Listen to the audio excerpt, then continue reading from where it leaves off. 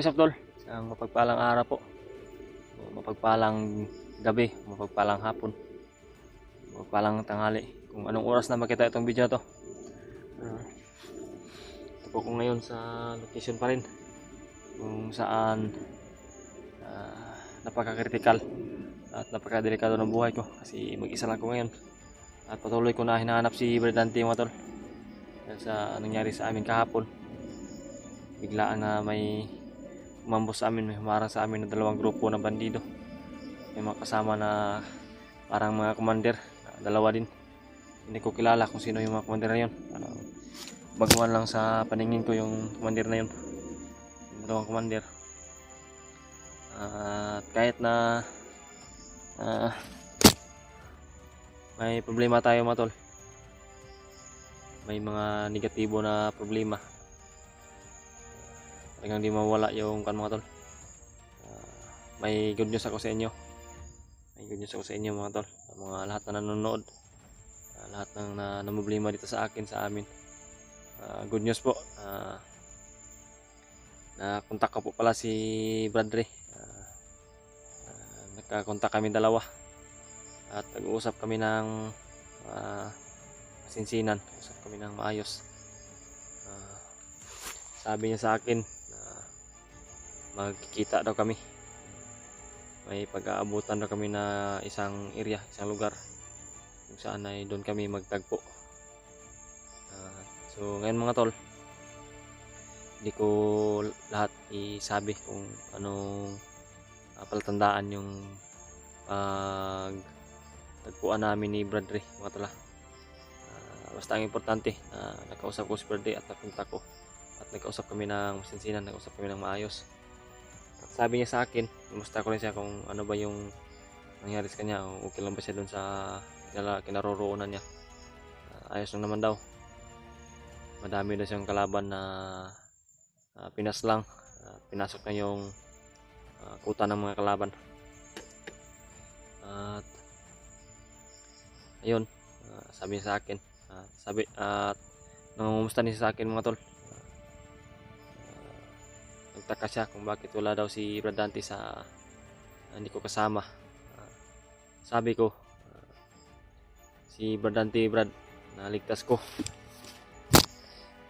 siya, kaso nung magkasama kami ng ilang araw ay may nangyari na naman na masama. Nung nangyari kahapon, bigla kaming naambos. Sabi ko sa kanya, biglaan talaga Brad, hindi inasahang pangyayari ba. At dalawang grupo pa yung umambos sa amin, kaya naghiwalay kami tuloy, naghiwalay kami ulit. At yun, sabi ko rin sa kanya na sobrang napaka-critical talaga ng kinaroroonan ko ngayon Brad. At sabi rin niya, pareho lang daw kami ng lokasyon, di lang daw kalayuan, di lang daw kalayuan. May palatandaan talaga kami sa area niya at sa area ko, talagang hindi kalayuan mga tol. Sabi niya may dadaanan pa daw siya na parang kakaiba yung sa area, hindi tulad ng ganito na bago daw siya makarating sa area dito ay dadaan pa daw siya ng walang ganito na damo. Sabi ko, okay lang Brad, kahit na matagalan ka man, kung sino yung makauna sa atin na umabot doon sa palatandaan, sa patatagpuan namin, ay kung ako man yung mauna ay hintayin ko siya doon. Habang wala siya ay hindi ako alis doon. So yung sabi ko, at yun din yung sabi niya, kung sino man yung mauna Brad ay hintayin natin sa isa. Kung sakali na mauna siya, mauna ako, ay kung ako yung mauna, ako talaga yung maghintay sa kanya. At dito pala ako mga tol sa location na ito, hindi pa rin ako lumayo sa location na ito. Yung sabi ko sa inyo, tulad ng nangyari kahapon, ambos at wala kami ni Brad Dante, kaya hindi ako umalis dito. Baka hindi ko lang si Brad Dante din, nahanap ako, hinahanap kami. Baka sakali na magkita kami ni Bradre, pagpalain man talaga ng Panginoon, walang mangyayari, walang mga harang, Talaga kung meron mga harang, talagang hindi tayo gagawa ng putok mga tol.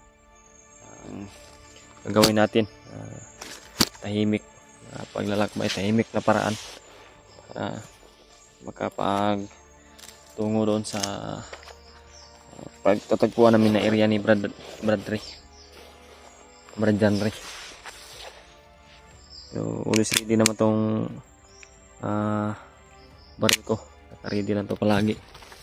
So, di talaga tayo pwede na magpaputok. Pagkapon, nakapaputok na marami yung mga kalaban. Hindi na narinig ni Bradley. Narinig ni Brad Janry yung mga putukan. Yun mga tol. Sana pagpalain talaga kami kayo ni Brad Janry na magkatagpo, magkita na para masanipos na kaming dalawa na paghahanap sa anak ko at saka sa anak niya. Yun mga tol, hindi siguro katagalan. Magdandahan ako sa paglalakbay mga tol patungo doon sa pinag-usapan namin ni Brad na magkikita kami.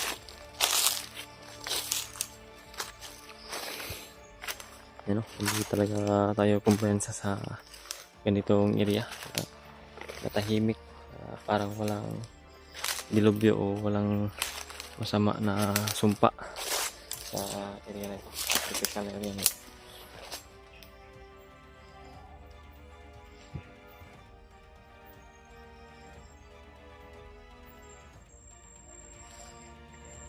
May boses mga tol,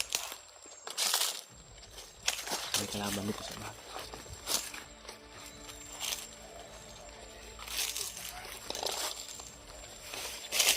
May kalaban sa bahay.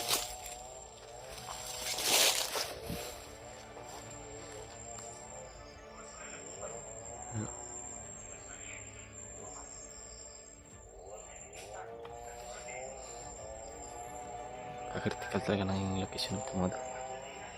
May nakita ko dito na kalaban, nakaharang, nakaposting dito.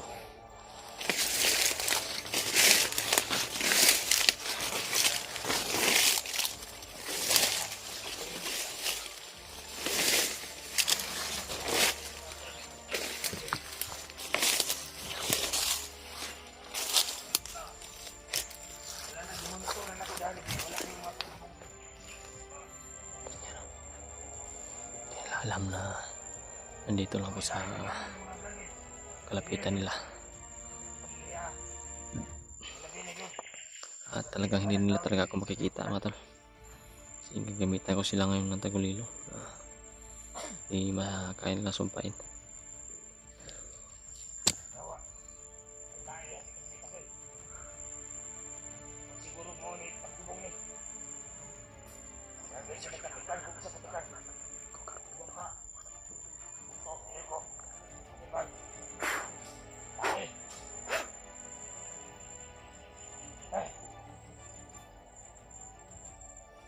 Dito na pakai dia palibot. Ini.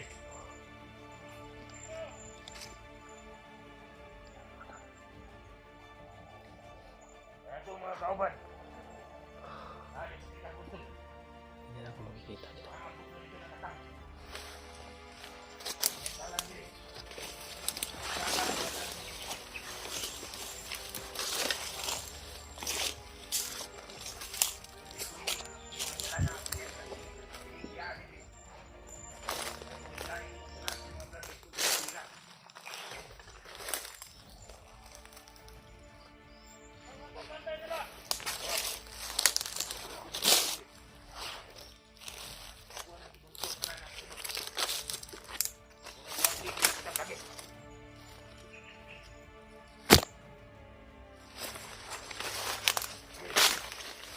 Sandali. Ini dia.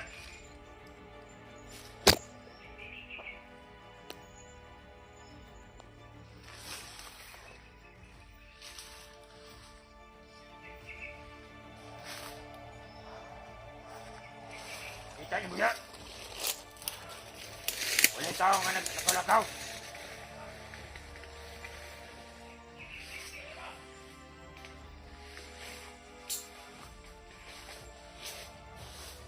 Ayo. Ito mga kauban na ibutang diri. Guwapo ka po, nga dito sa ikasutan. Mao po tayo makatang-atang dito, ulay mga vlogger sumagi. Kailangan nga way makalusot ng mga vlogger dito na. Kaya ato ni Bukid.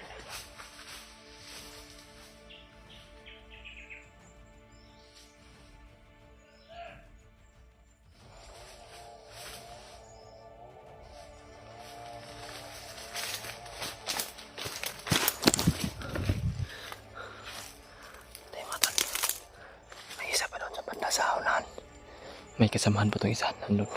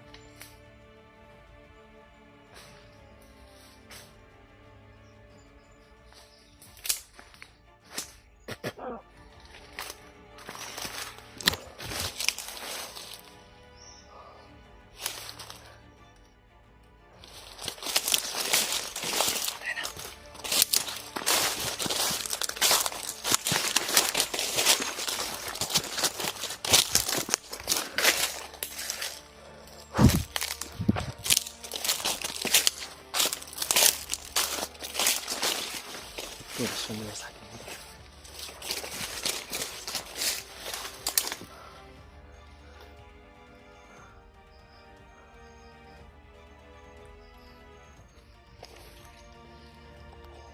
Mga tol, may narinig ako na parang may namumutol ang puno dun sa kabila na location. Baka mga bandido din yung mga naglalag-in yung mga puno na kahoy ba. Talagang wala silang lusot mga tol pag nagamitin natin yung nalalaman natin na tagulilong na bigyan nilo ambo sa amin ng orasyon protection sa para sa amin sa akin. At pag gagamit tayo ng ganun na protection orasyon, talagang gagamit din tayo ng pangmalupitan na galaw para hindi tayo delikado talaga yung buhay natin.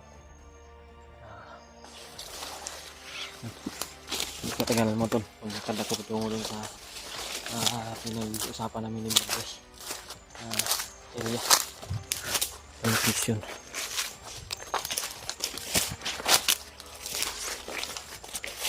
Hindi ko banda yun.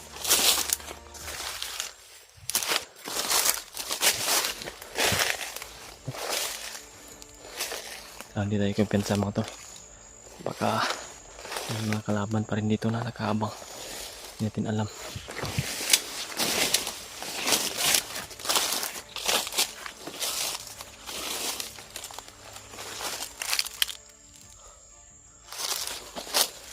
Kaya naman natin magmasid bago tayo pagpatuloy dun sa paglakbay. Pero hindi na lang yung kalayuan dito banda para yung may narinig na naman ako ng mga boses. Yung kalayuan dito yung pinag-usapan ni Brad. May palatandaan ako na nakita.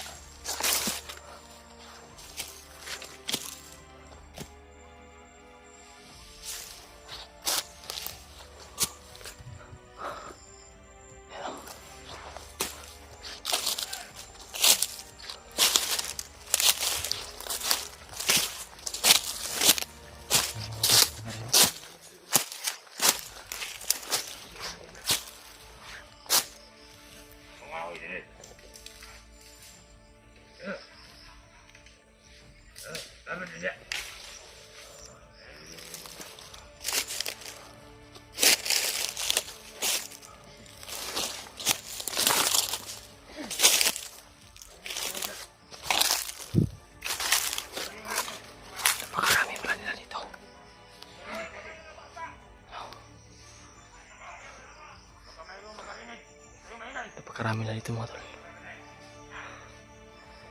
Dito yung pinag-usapan namin ni Brad Ray na location mga tol. Dito lang yung banda.